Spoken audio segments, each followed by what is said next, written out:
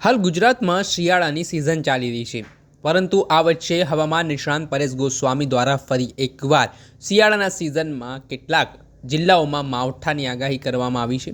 એટલે તેને લઈને જગતનો તાત ફરી એકવાર ચિંતિત બન્યો છે.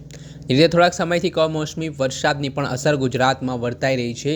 તેને લઈને હવે આગામી સમયમાં કયા કયા જિલ્લાઓમાં ક્યાં વરસાદ પડવાનો છે ને તેના કારણે ઠંડીમાં કેટલી તીવ્રતાથી વધારો થવાનો છે, તેને લઈને હવામાન નિષ્ણાંત પરેશ ગોસ્વામી દ્વારા મોટી આગાહી કરવામાં આવી છે.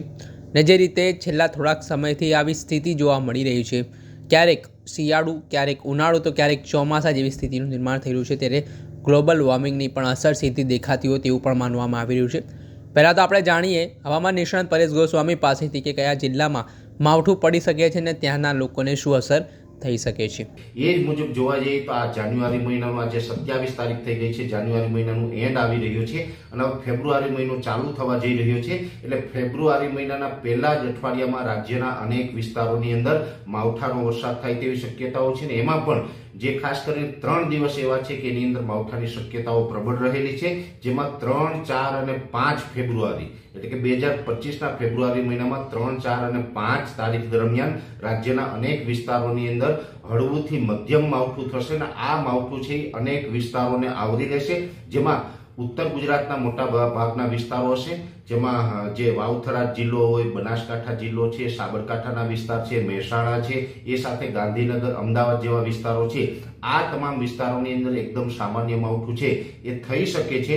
એ સાથે મધ્ય ગુજરાતના જે આણંદ, નડિયાદ, ખેડા હોય, બરોડા હોય, એ સાથે ભાલ વિસ્તાર હોય, એ વિસ્તારોમાં પણ અલગ અલગ વિસ્તારોમાં મધ્યમથી સામાન્ય માવઠું થાય તેવી શક્યતાઓ રહેલી છે. એ જ રીતે સૌરાષ્ટ્રમાં પણ માવઠાની શક્યતાઓ છે. સૌરાષ્ટ્રવાસીઓએ પણ આ જે હવામાનમાં અસ્થિરતા આવવાની છે અને હળવાશથી ન લેવી. સૌરાષ્ટ્રના પણ અનેક ભાગોની અંદર માવઠું થશે. જોકે આવતીકાલે 28 તારીખથી સૌરાષ્ટ્રના અને કચ્છના દરિયાઈ કાંઠાના ભાગોમાં ઝાકળ વરસાદનું પ્રમાણ પણ વધી જશે અને 3, 4 અને 5 ફેબ્રુઆરી આ ત્રણમાંથી કોઈ એક દિવસ સૌરાષ્ટ્રની અંદર માવઠું થઈ શકે છે. જો સૌરાષ્ટ્રમાં માવઠું થાય તો પણ દ્વારકા, જામનગર જેવા વિસ્તારો છે, મોરબીના વિસ્તારો છે, રાજકોટ, જુનાગઢ, ભાવનગર અને સુરેન્દ્રનગર જેવા વિસ્તારો છે કે એમાં માવઠું થઈ શકે છે. બોટાદના વિસ્તારોમાં પણ સામાન્ય માવઠાની શક્યતાઓ છે. એટલે સૌરાષ્ટ્રના પણ અનેક વિસ્તારોની અંદર આ માવઠું પ્રભાવિત કરે રાજ્યને તેવી શક્યતાઓ છે. સૌરાષ્ટ્રમાં પણ માવઠું થઈ શકે છે.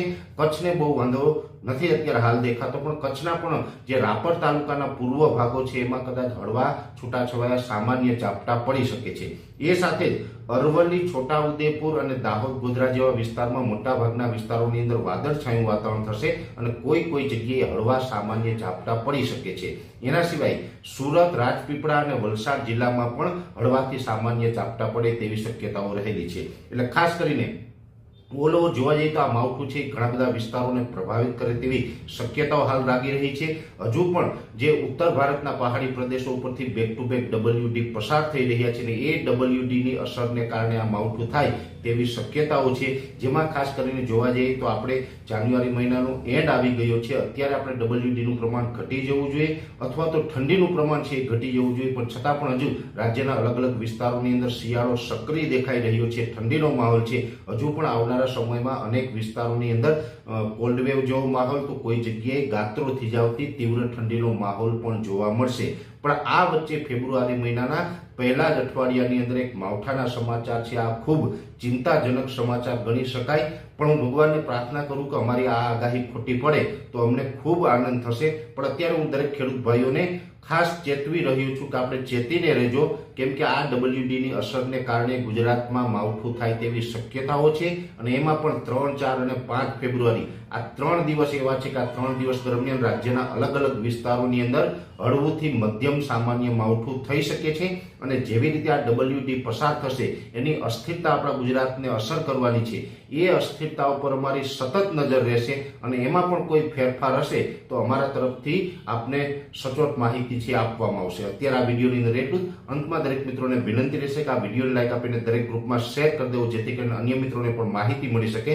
અને આ વિડીયોને લાઈક આપીને દરેક ગ્રુપમાં શેર કરી દેવો અને જે મિત્રો આપણી ચેનલને સબસ્ક્રાઇબ ન કરેલી હોય એ મિત્રોએ ચેનલને સબસ્ક્રાઇબ કરવી. રજા આપશો. ધન્યવાદ. આપે સાંભળ્યા હતા હવામાન નિષ્ણાંત પરેશ ગોસ્વામી. તેમણે સમગ્ર વિગતવાર અહેવાલ સમજાવ્યો છે. અને જે રીતે વરસાદ જે અલગ અલગ જિલ્લાઓમાં વરસી શકે છે તેના કારણે તે વિસ્તારોમાં ઠંડીનું પ્રમાણ પણ વધી શકે છે. એટલે હજી કહી શકાય કે તમે સ્વેટર કે રજાઈ છે તે તિજોરીમાં ના મૂકતા હજી પણ ઠંડી પોતાનું રૌદ્ર સ્વરૂપ દેખાડી શકે છે. ને આગામી સમયમાં વરસાદ સાથે જો ઠંડીનો માહોલ જામે તો ફરી એકવાર ઠંડીની તીવ્રતામાં વધારો પણ થઈ શકે છે.